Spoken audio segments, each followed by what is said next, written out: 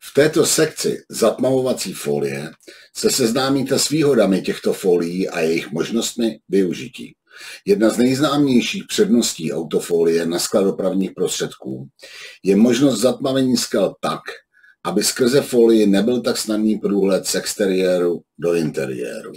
To nejenom během jízdy, ale i v době, kdy dopravní prostředek stojí na parkovišti a je vystaven zvědavosti kolem jdoucích, který bez zatmavených skel mohou snadno vidět, co se uvnitř nachází, a může tak dojít i k rychlému odcizení vašich věcí z auta.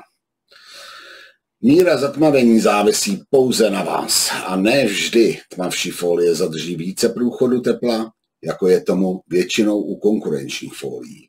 Naše nejnovější a v dnešní době skutečně ty nejvýkonnější nanopolymery na skla dopravních prostředků IMAX zadržují zhruba 95% průchodu infračerveného tepla, čímž dramaticky snižují potřebu klimatizace i během těch nejparnějších letních dnů.